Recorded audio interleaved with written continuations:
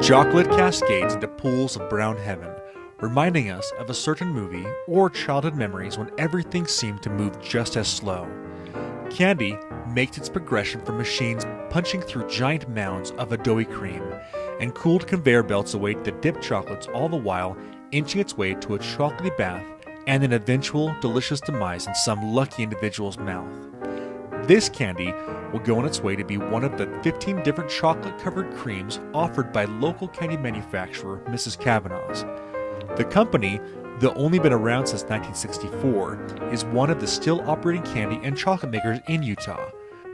But what about those which have been around since the turn of the century, before such machines existed?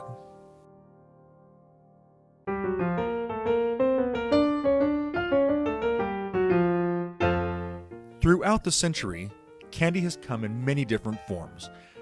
From little chocolates to hard candies and candy bars, each candy maker has a story to tell about their candies and how they started. Some of the best candies and chocolates worldwide were made in Utah. Why Utah? It does matter that Utah has a fairly dry climate. The chocolate was easier to handle in this drier climate, and it set. It didn't sweat a lot with high humidity. So just even the candy making, there was an advantage in this area in terms of climatic conditions. Not only does Utah have a good climate for making candy, there's one other thing that was readily accessible: sugar beets. While most of the world is using cane sugar from the Caribbean, Utah companies are using a homegrown product. There's plenty of it, and it's right here in their backyard. Even with the access to sugar beets, there would be many companies attempting the art of making delicious candies. Only a few would survive. So there's some big candy companies. In Salt Lake, probably the two most famous would be the McDonald Candy Company and Sweets. And Sweets is the one candy company that's still in existence. So McDonald prided itself on this very efficient, very upscale industrial production. Like so many other companies in the world, these companies started small. Each starting in the kitchens and garages of the homes they lived in. They would have an ambition to make the best candies and chocolates. Some would even leave secure jobs, hoping for something better. Well, my grandfather always had a knack for cooking things, and he had been a miner. He'd actually done a variety of different jobs in life. He only had an 8th grade education, but he loved to cook, and he loved candy just at an early age, and he decided mining just wasn't the job for him to be in the mining industry, and he just told his wife, "I'm going to go into candy." Once the candy started being made, it seemed like there may have been a specific target.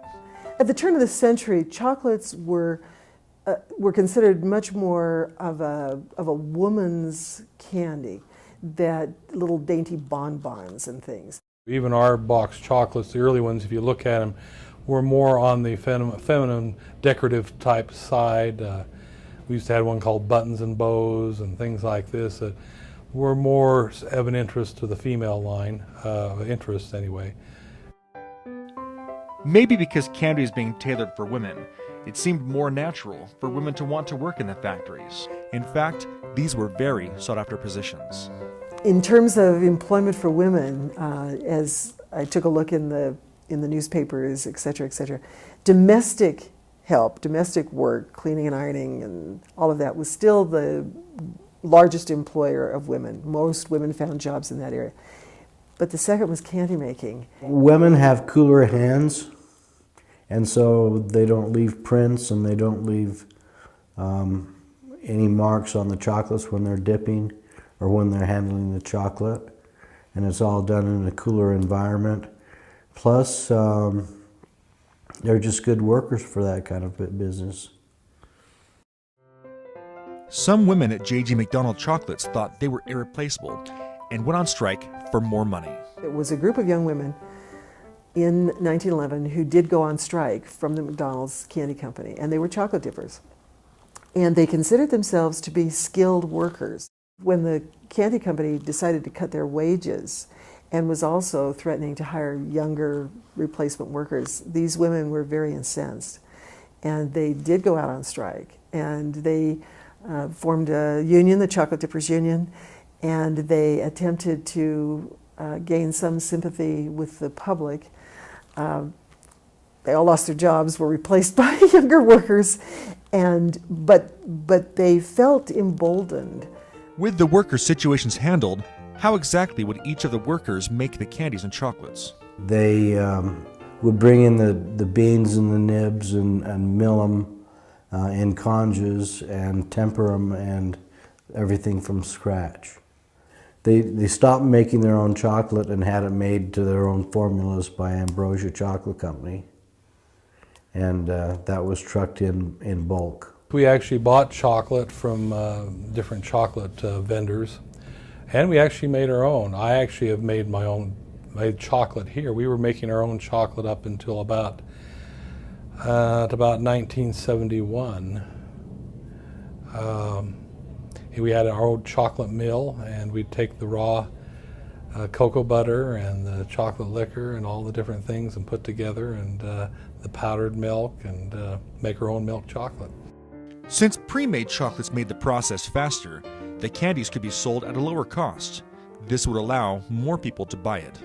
Candy is turning into a commercialized consumer product, and in fact, increasingly in the 19-teens and particularly into the 1920s, candy that had been seen as only for women and only for the rich, particularly chocolates, bonbons, specialty candy, now because it's more mass-produced, is being sold to ordinary people. And so the whole production becomes much more commercialized, industrialized, much more available. As the chocolates and candies would become less costly and more available, the need would arise for more companies to sell the product. This would introduce candy shops built into department stores. More confectionaries would show up in the middle of cities, and more variety of candy were being sold in small towns. Small town Utah current day, you will still be able to find candy stores. These stores are also making their own candies and chocolates. This company in Manti makes their own candies and doesn't rely on a third party to stock the shelves.